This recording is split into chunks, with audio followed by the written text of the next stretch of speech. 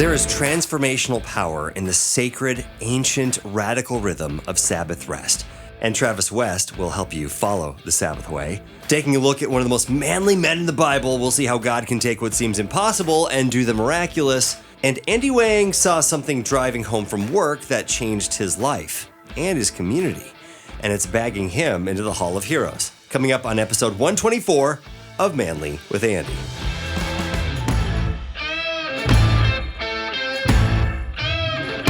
It's the Manly with Andy podcast. I'm Andy, joined with Travis West. He's got a book about transformational power in the sacred, ancient, radical rhythm of Sabbath rest. More on that in just a minute, Travis, but I like to start every conversation with guys with the question, what do you think is the biggest challenge that men face today, and how do we overcome it? Wow, such a great question. And I think it's an incredibly complex answer. There's lots of layers to this question. But I think for me, as I understand it, at least part of what's at the root of the problems that men are facing today is that the term masculinity, what it means to be a man, those terms and that definition is under profound redefinition right now. It's a contested term. And I think that this presents both serious problems and really important opportunities. On the one hand, the problem is that the cultural consensus around what it means to be a man, what a man does and doesn't do, who a man is and isn't, there isn't a cultural consensus around that anymore. And so I think a lot of guys feel unmoored, without an anchor, without a clear idea of what expectations there are on them, what they're supposed to do and be in the world. And so I think a lot of people, a lot of guys feel unclear and confused. But at the same time, there is a great opportunity here, which is that we can, another part of the gift of this is that the traditional sense of the traditional definitions of masculinity, I think, weren't working. They weren't sustainable. And this kind of stereotypical man who is in control of his life, who is the breadwinner of the home, who is lord over his domain, both at the home and at the office, who is emotionally stoic and unavailable and chooses work over other pursuits, life and family, etc. That's just an unsustainable, unhelpful model of what it means to be a man. And so I think it's a wonderful gift, an opportunity that this is no longer the prevailing sense. And another part of the opportunity here is that there's opportunity to have a more diverse understanding of what it means to be a man, that there's an opportunity for a more personal and nuanced, diverse expression of masculinity that has a greater integrity to who each of us have been created to be. And so I think one of the barriers to moving in this direction is that with this kind of traditional view of masculinity, vulnerability was seen as a weakness and something to be avoided. And I think that in response to what do we do about it, I think that men need to develop, and parents and adults need to help boys develop what I would call a courageous vulnerability. And I use the word courageous intentionally because courage within the more traditional understanding of masculinity was seen as kind of bravery, willing to stand up to power, or kind of like be the self-sufficient man. But in this sense, a deeper sense of courage is actually recognizing that you have limits and you're dependent on other people, and the courage to actually be emotionally naked and to share your inner life with someone else and to feel that sense of I could be hurt by sharing my life, but also I could be healed through this process. And I think I've been influenced by Brené Brown's work on shame and vulnerability. And she talks about vulnerability as being a necessary prerequisite to community and belonging and love.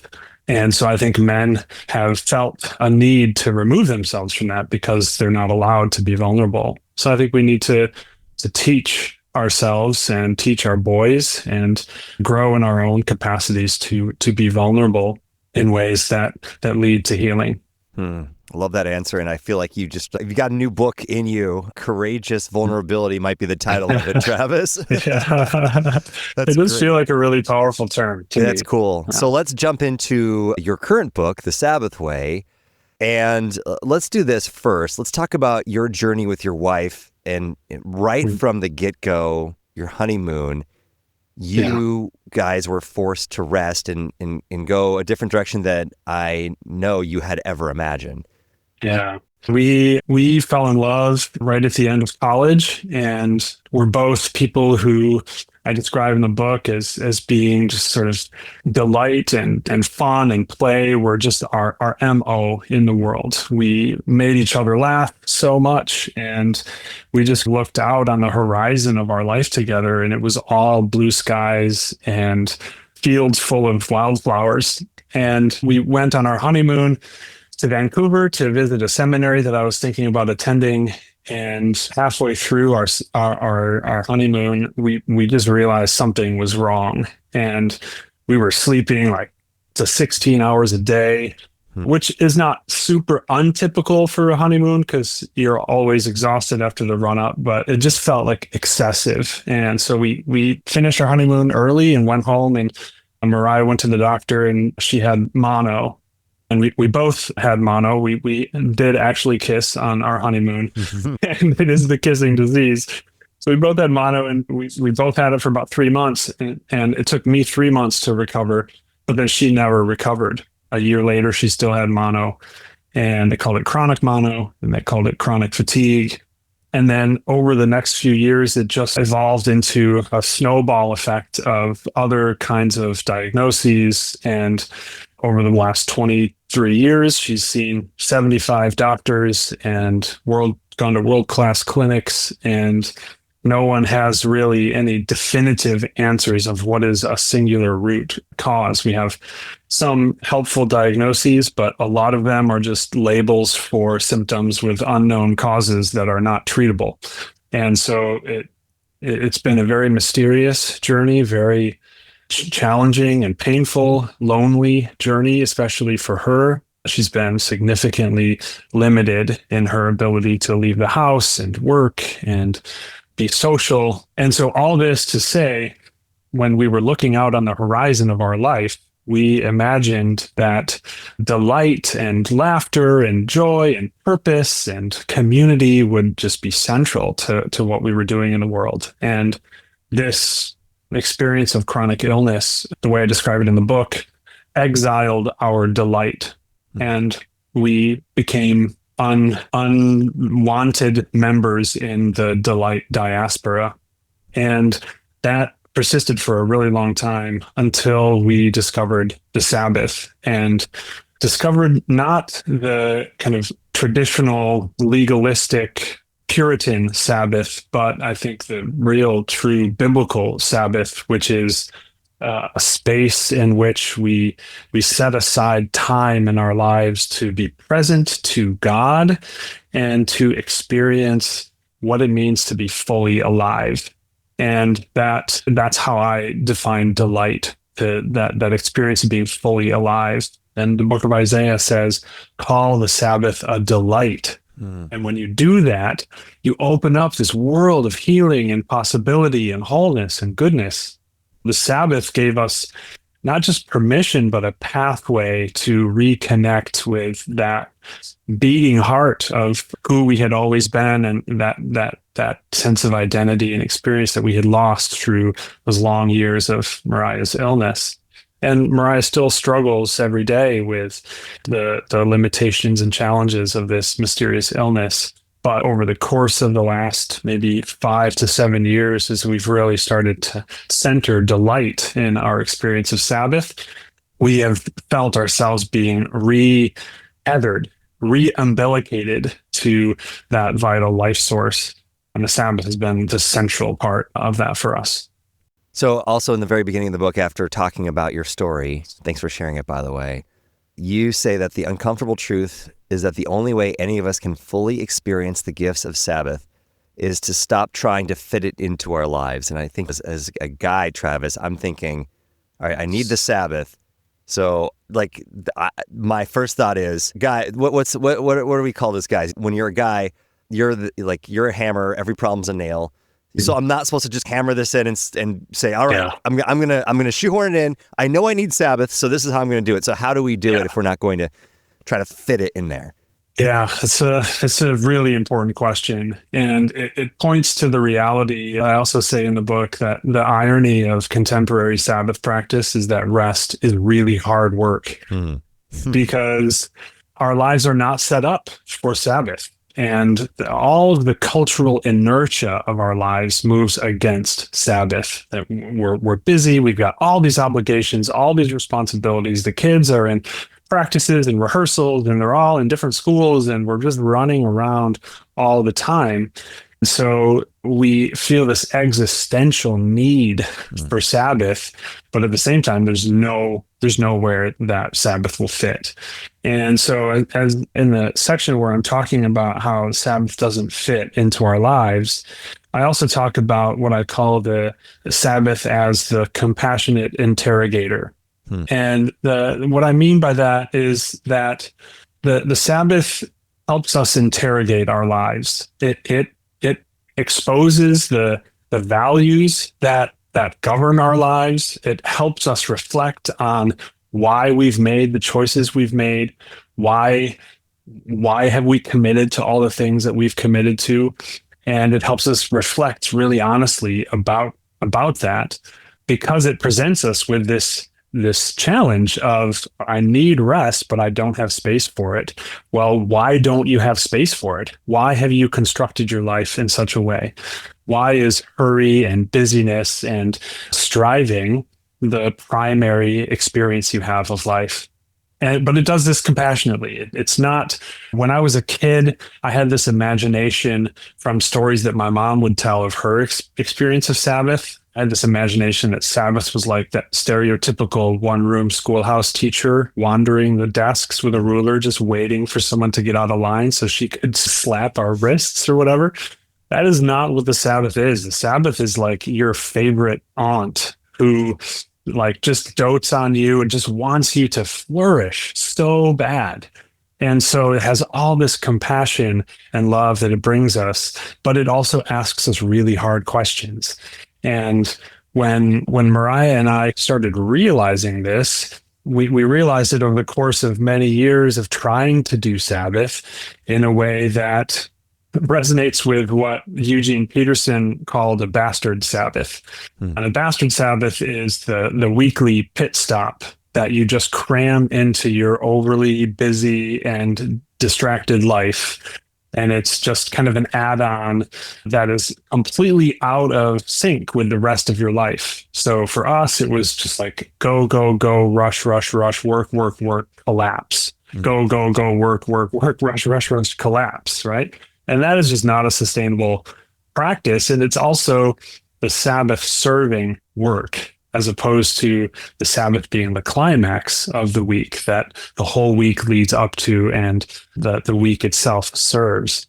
And so we had to reorganize our priorities. And what that meant for me, because of the dynamics in our marriage and Mariah's illness, she was under-functioning in terms of just activity in the world and making money. And I was over-functioning, trying to compensate. And so I was just accepting every invitation to make any kind of money that I could make in order to provide for us, right? And I felt this overwhelming sense of this burden of obligation and stress. So I had to make some really hard choices to step back from work commitments, to lean into trust, because I made those commitments, because I had a scarcity mindset about our finances and our time. I had to lean into trust, which of course the Sabbath is the spiritual practice of trust. And so I had to make some hard choices. And that happened over years. And it's something that I continue to struggle with and process all the time. But that compassionate interrogator is like a conversation partner with us that says, do you have to do all the things that you're doing? Are you doing all these things because you don't know who you would be without them? And Sabbath is this reminder from the very mouth of God that our worth and our value as people is not dependent on what we do. It's not dependent on achieving certain things or being the best parent or having the best sort of curated life on Instagram. It's about embracing the fact that we are already enough and that God loves us as we are and we're created in God's image. And it's okay for us to stop and pause and rest and experience joy and slowness of life, and to really get clear about what our priorities are. Are our priorities being present to our lives as we're living them, or is our priority just doing as much as we possibly can to survive? But it's all really good. I feel like we already jumped into the first part of your book here. It's divided into 4 parts. You talked about Sabbath and work. I'd like to just go one by one through them. So Sure. part 2 is about Sabbath and time. So talk about that. Yeah, this is probably my favorite section in the book. And I wish I had read this years ago when I was writing the book, but I've just picked up John Mark Comer's The Ruthless Elimination of Hurry.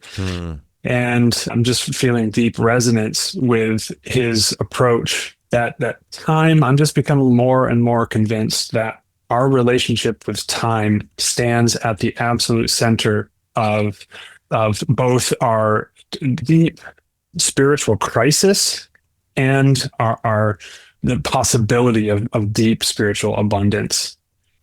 And so in the book, I talk about various metaphors for time that we use that dictate or influence or shape how we show up in our lives. So the kind of prevailing cultural metaphors that control how we show up in time are that time is a line, time is a block, like a commodity that I shift around on my schedule, on my calendar, on my phone, and time is money.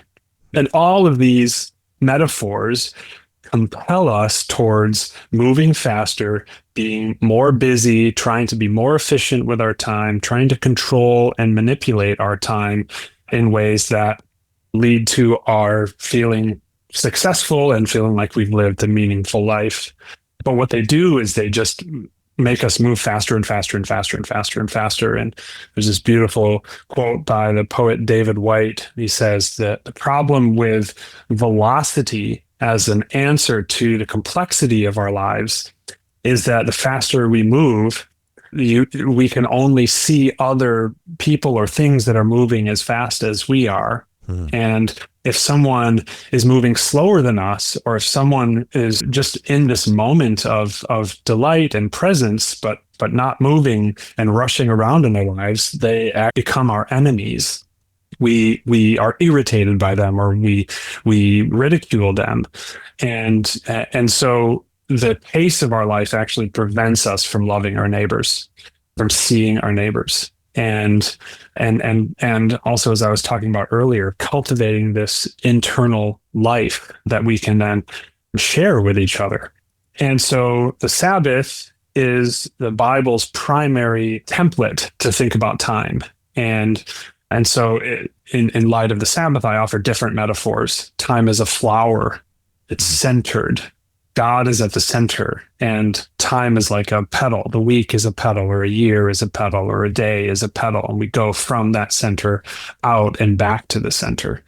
And time is labyrinth that is not like a maze. A labyrinth has only one path. And the whole idea of walking a labyrinth, which is ancient spiritual practice, is to simply be present and to let go of this, even just the categories of progress and regression in terms of this sort of linear sort of time, and that you're walking back and forth, you're getting close to the center and back out, and eventually you arrive in the center and you let go of things as you move to the center, and then you breathe back in God's presence as you exit the labyrinth back out into the world.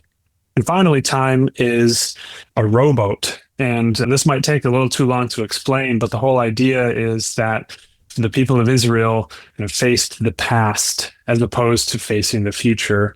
And they backed into the future in the same way that if you're in a rowboat, the way that you move, quote unquote, forward is you look at the horizon you're departing from. And as you row, you back into the direction that you're going. And that's really a beautiful image of how the people of Israel viewed time.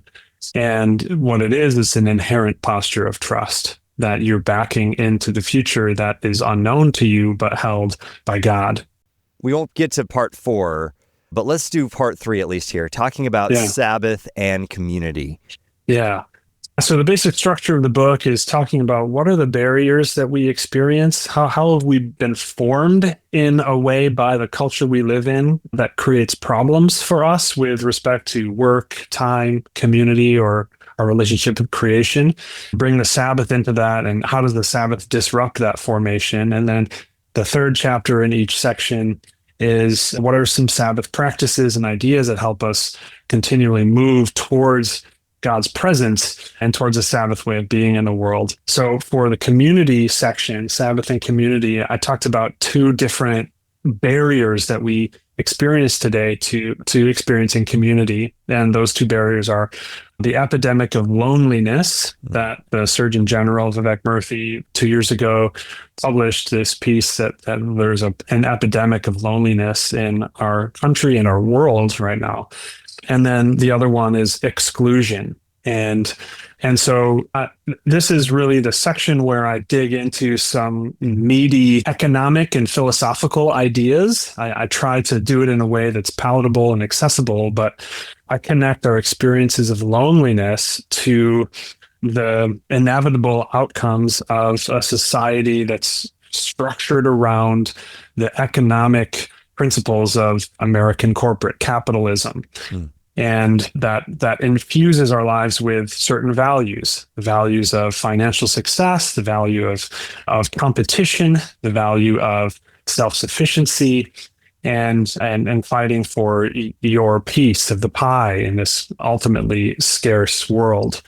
And so the sermon of capitalism is that if you do these things, if you fight for yourself and you define your life's worth based on financial success, then you will have a meaningful life. But ultimately what those things do is they cut you off from your neighbors, and the people feel like are threats to you. If that person has a piece of the pie, that's the piece that I don't get. And so the Sabbath offers a very different vision of how to find meaning in life and how to connect with people. One of the ways it does that counterintuitively is by inviting us into a space of solitude. So I differentiate between loneliness and solitude. Loneliness is the kind of emotional experience or the sense of being disconnected from the people around you. So you can be surrounded by people and experience profound loneliness. But solitude is a way of intentionally withdrawing from others in order to feel your fundamental connection to all things. And so Sabbath is certainly a communal experience. It's always and everywhere been a communal experience. But a part of the invitation of Sabbath is to withdraw from that so that you can get perspective on the people that you're in relationship with and the earth that our lives depend on.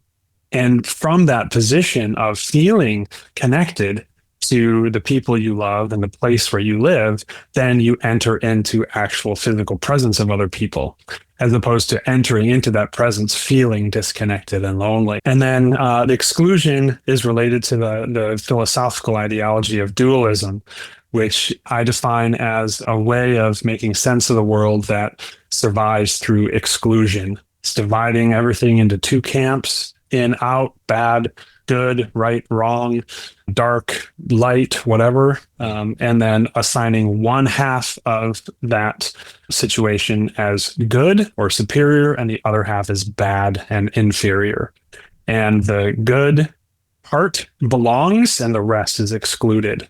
And dualism is not something we talk about very often or think about, but it's fundamental to our experience of life in the contemporary West. It's expressing itself in our political system, in entertainment, in the news cycle, in church conflicts, everywhere. It's expressing itself. And the Sabbath offers, again, a different way forward. And I go deep into Isaiah 56 and what does it look like to belong in the Bible. And Isaiah 56 is Isaiah's attempt to use the Sabbath to offer a different definition of what membership in the beloved community means. And basically he says, if you practice Sabbath, you belong. And there's a lot more to say about that, but that's the Cliff Notes version. Taking a look at a man in the Bible, one of the most manly men, beginning the story of Samson in Judges 13, verse 1. Again, the Israelites did evil in the Lord's sight, so the Lord handed them over to the Philistines, who oppressed them for 40 years. In those days, a man named Manoah from the tribe of Dan lived in the town of Zorah. His wife was unable to be pregnant, and they had no children. The angel of the Lord appeared to Manoah's wife and said, even though you have been unable to have children, you will soon become pregnant and give birth to a son. So be careful. You must not drink wine or any other alcoholic drink, nor eat any forbidden food. You will become pregnant and give birth to a son, and his hair must never be cut, for he will be dedicated to God as a Nazirite from birth. He will begin to rescue Israel from the Philistines. So this story starts with oppression and ends with a promise. The Israelites were under Philistine control for 40 years, longer than some people had been alive. And right in the middle of that darkness, we meet a woman who couldn't have children. So double discouragement, no freedom and no future. But then God shows up. He appears and says, you will become pregnant and give birth to a son. Not might, not hopefully, not let's wait and see. You will. God took what seemed completely impossible, an oppressed nation and a barren woman, and planted the seed of a miracle. That child would become Samson, a man who would begin to rescue Israel. Maybe you're staring at a situation right now that feels like it has no way forward, no breakthrough in sight. But God doesn't need ideal conditions. He only needs your faith. He specializes in impossible. And all he's waiting on is your yes. Now entering the Hall of Heroes,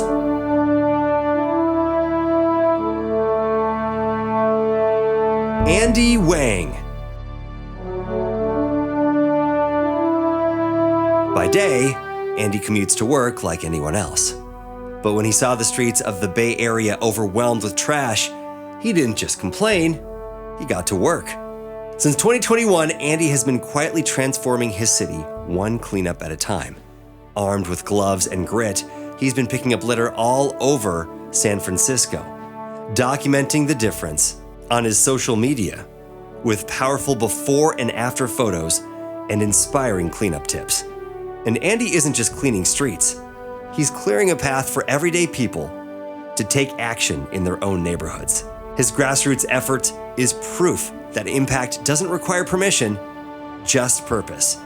So because Andy Wang leads by example and proves that small acts make a big difference, he is officially in the Manly with Andy Hall of Heroes. Frustrated with your life? Charlie Lewis wants to help you choose the kingdom system. Continuing the story of Samson, we'll see how God used his messy choices for his glory, and Mikhail Baker wore something unusual to his Burger King shift, which is graduating him into the Hall of Heroes. Coming up next week on Manly with Andy.